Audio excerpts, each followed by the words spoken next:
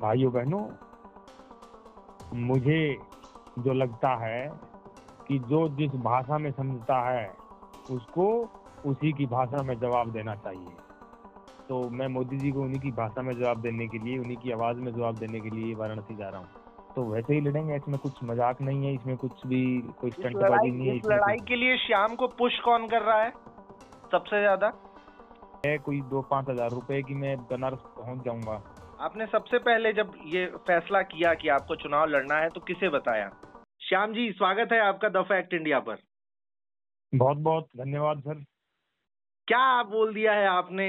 चाहे ट्विटर हो, चाहे लोगों की आपसी बातचीत हो, हर जगह यही चल रहा है कि श्याम रंगीला ने प्रधानमंत्री नरेंद्र मोदी के सामने उन्हें चुनौती देने के लिए वाराणसी से चुनाव लड़ने का फैसला किया है। जरा बताइए क्या कुछ है ये? बिल्कुल एकदम सही लोग सुन रहे हैं, और मैंने फैसला किया है। और वाराणसी जो है संसदीय क्षेत्र है मोदी जी का, और वहीं से चुनाव लड़ेंगे मोदी जी के सामने, इस बार टक्कर देंगे। क्योंकि मोदी जी ने कहा है कि भाइयों बहनों, मुझे जो लगता है कि जो जिस भाषा में समझता है उसको उसी की भाषा में जवाब देना चाहिए। तो मैं मोदी जी को उन्हीं की भाषा में जवाब देने के लिए, उन्हीं की आवाज में जवाब देने के लिए वाराणसी जा रहा हूँ।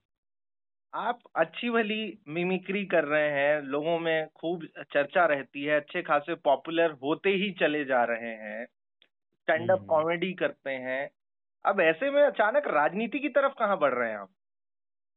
सर ऐसा है कि मुझे ना तो कोई पॉपुलैरिटी से ज्यादा यूं मतलब है कि पॉपुलर होना है, ना मुझे कोई पैसे ज्यादा कमाने हैं। मुझे क्या है कि मैं जब पॉलिटिकल चीजें देखता हूं तो मुझे जो चीज हो रही है उससे दुख बहुत होता है। मतलब 2014 से मैं इसमें देख रहा हूँ चीजें, कंटेंट, फिर मैंने कॉपी करना शुरू किया। फिर जो चीजें अभी मैं देख रहा हूँ 10 साल बाद में सूरत में जो हुआ या चंडीगढ़ में जो हो रहा है, मतलब यूं लगता है कि क्या हो रहा है श्याम? अ, जैसे चंडीगढ़ में जो हुआ है ना, आप चंडीगढ़ का जो मामला है, मेयर का जो मामला था। जी, मैं आवाज आ रही है मुझे, आप बोलते रहें। हाँ।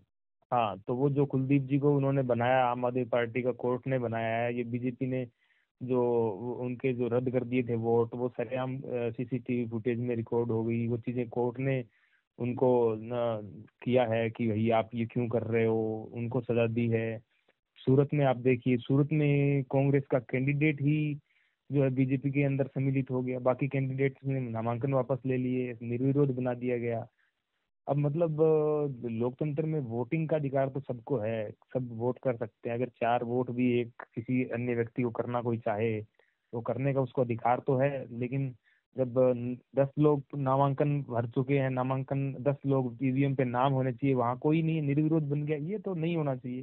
फिर उसके बाद देखा हमने इंदौर के अंदर कांग्रेस का जो कैंडिडेट है वो बीजेपी में चला गया, और फिर सेल्फी भी डाली जा रही है, मतलब गर्व के साथ। तो ये जो चीजें है ना, इससे थोड़ी सी पीड़ा होती है कि यार ये क्या हो रहा है। मतलब ये तो मजाक बन गया है ना फिर लोकतंत्र का, ये तो फिर चुनाव तो रहे ही नहीं। तो यहाँ तो बात चल रही है कि निष्पक्ष चुनाव की ढंग से कराने की, तो ये तो मजाक सा बन गया है। तो मुझे लगता है, फिर मैंने यही ट्वीट भी जब किया था तो मैंने कहा था कि मुझे वाराणसी से लड़ना पड़ेगा कि कहीं कोई कैंडिडेट बीजेपी में शामिल होकर के और निर्विरोध मोदी जी को ना बना दे। क्योंकि बनारस की जो जनता है उसमें से कई लोग तो होंगे जो वोट नहीं देना चाहते होंगे मोदी जी को। तो मैंने यही सोच करके मैंने कहा अभी चलते हैं। तो वहां से लड़ने का निर्णय किया है हमने। आप पूरी तरह से सारी औपचारिकताओं के साथ, जिन प्रक्रियाओं के साथ चुनाव लड़ा जाता है, वैसे ही चुनाव लड़ना चाह रहे हैं या सिर्फ ये एक स्टंट मात्र है? सर देखिए, जैसा जो चुनाव जैसा लड़ते हैं वैसे ही लड़ेंगे। अब मेरा चुनाव कभी लड़ा हुआ नहीं है। मैं पहली बार बनारस भी पहली बार जाऊंगा, और चुनाव भी पहली बार लड़ूंगा। तो लड़ेंगे तो वैसे ही जैसे लड़ते आए हैं सब लोग, वैसे ही हम लड़ेंगे। लेकिन लड़ेंगे पहली बार, तो सहयोग जो है हमें वो जनता का रहेगा। जनता से ही हम सब कुछ सहयोग प्राप्त करेंगे। और फिर बनारस वाराणसी पहुंच करके और फिर ग्राउंड लेवल पे भी काम किया जाएगा। तो वैसे ही लड़ेंगे, इसमें कुछ मजाक नहीं है, इसमें कुछ भी कोई इस लड़ाई स्टंटबाजी नहीं है, इस इसमें कुछ लड़ाई के लिए श्याम को पुश कौन कर रहा है सबसे ज्यादा? जनता कर रही है सर। मैंने तो कोई कोई मैंने तो तो होगा, मेरे कोई होगा आपका राजनीतिक गुरु, भले ही अब तक आप राजनीति में आए नहीं, आपका कोई अनुभव नहीं है, तो कहीं ना कहीं आपको राजनीतिक अनुभव की जरूरत तो है। उन लोगों की जरूरत है जो राजनीति में पिछले कई वर्षों से लगातार लगे हुए हैं।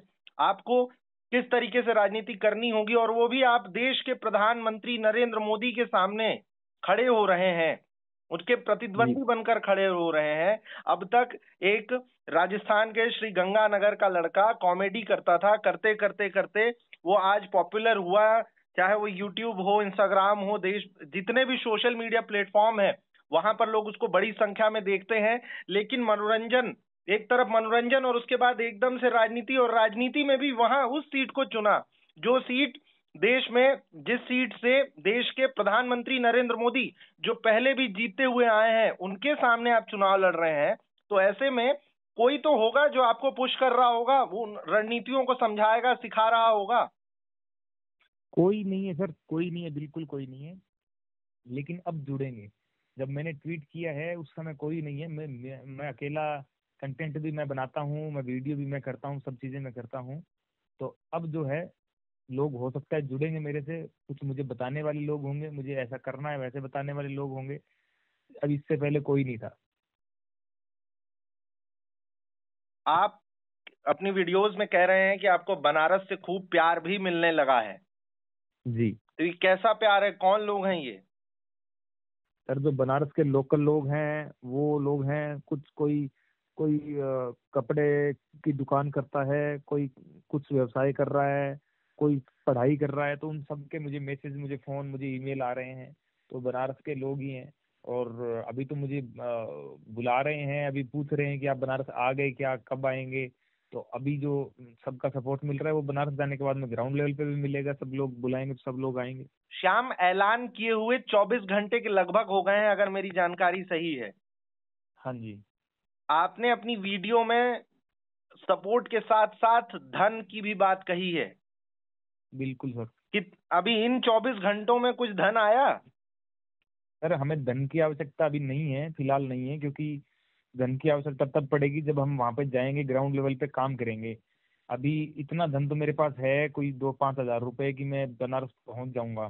तो वहां तब जब हमें जरूरत पड़ेगी, जब हमें कुछ पोस्टर प्रिंट कराने होंगे, कुछ कैंपेन चलानी होगी, जो भी जहां भी हमें जब जरूरत पड़ेगी, तब हम लोगों से अब मांगना स्टार्ट करेंगे कि भैया ये हमारी आप इस प्रकार से हेल्प कीजिए। क्योंकि अभी भी मेरे पास बहुत सारे मेल, बहुत सारे मैसेज आए हैं कि आपको कैसे डोनेशन दे सकते हैं, कैसे आपको फंड दे सकते हैं। तो अभी मैं उस पर कुछ भी डिटेल उनको नहीं दे रहा हूँ, क्योंकि जब हमें जरूरत पड़ेगी तब हम उस चीज़ पे विचार करेंगे। देखिए श्याम, अब तक बहुत कम पैसों वाले, मतलब अगर मेरी जानकारी में ठीक ठीक है तो देश में एक लोकसभा के ऐसे उम्मीदवार भी हैं जिन्होंने अपने टोटल 100 रुपए संपत्ति बताई है। हम्म। वैसे भी एक उम्मीदवार हैं, और देश में करोड़ों, मतलब 1,000 करोड़ से भी अधिक की संपत्ति वाले भी उम्मीदवार हैं। लेकिन अब तक हम्म। देश में जितने भी चुनाव हुए हैं, एक जो इतिहास रहा है वो गवाह है कि पैसों का प्रभाव बहुत बड़ा होता है चुनावों में। चुनाव लड़ने हम्म। के लिए पैसा, संपत्ति, जो बहुत अमीर उम्मीदवार होते हैं, कहीं ना कहीं उसका लाभ मिलता है चुनावों में, चुनावी परिणामों में। तो हम्म। ऐसे में आपको ऐसा लगता है कि धन आपकी जीत में आड़े आएगा इस चुनाव को लड़ने में? देखिए, ये चुनाव जो है ना, वो ऐसा नहीं है कि बहुत सारा इसमें कुछ धन ही चुनाव जितवाता है।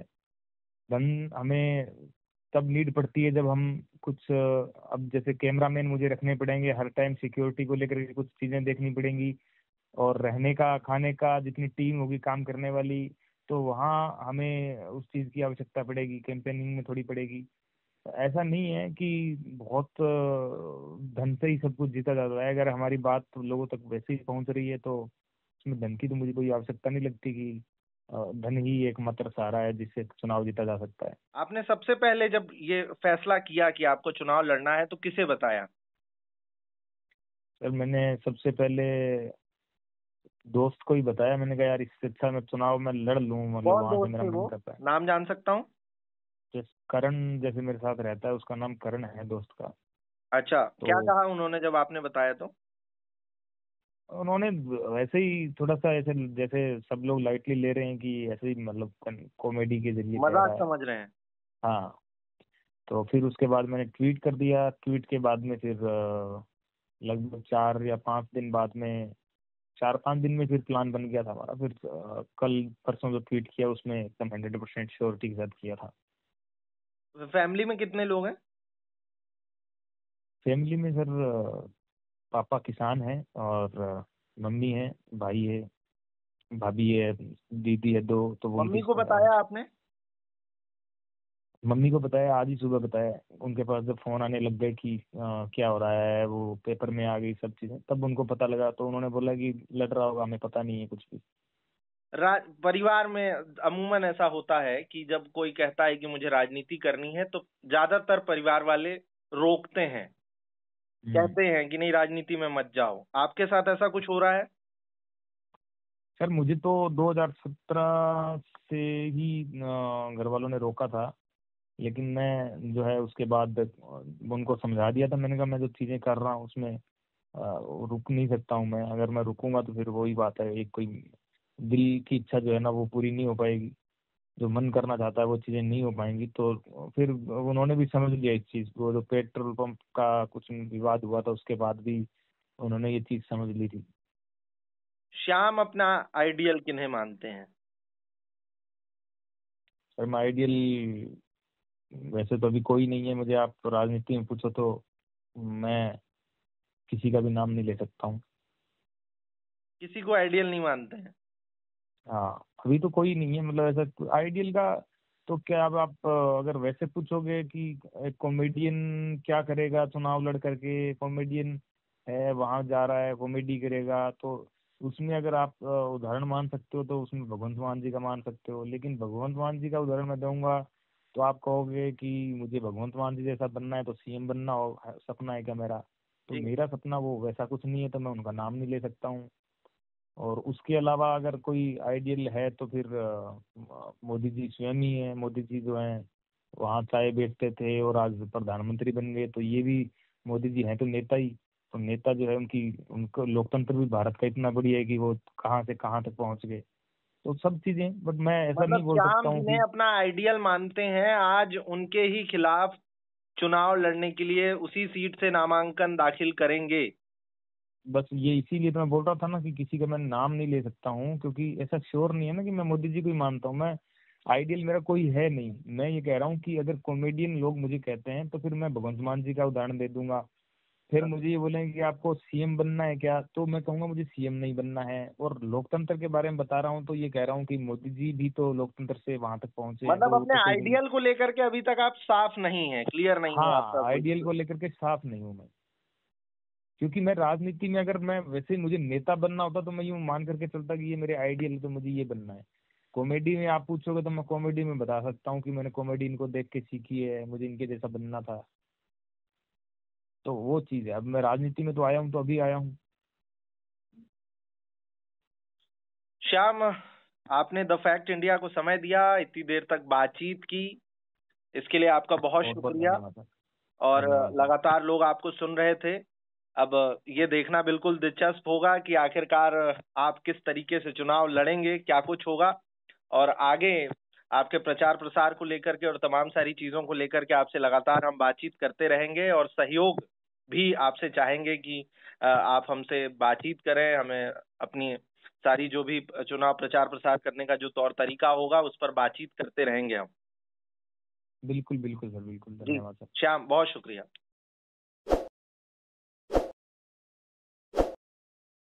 ताज़ा खबरों के लिए विजिट करें द फैक्ट इंडिया की वेबसाइट और डाउनलोड करें द फैक्ट इंडिया ऐप।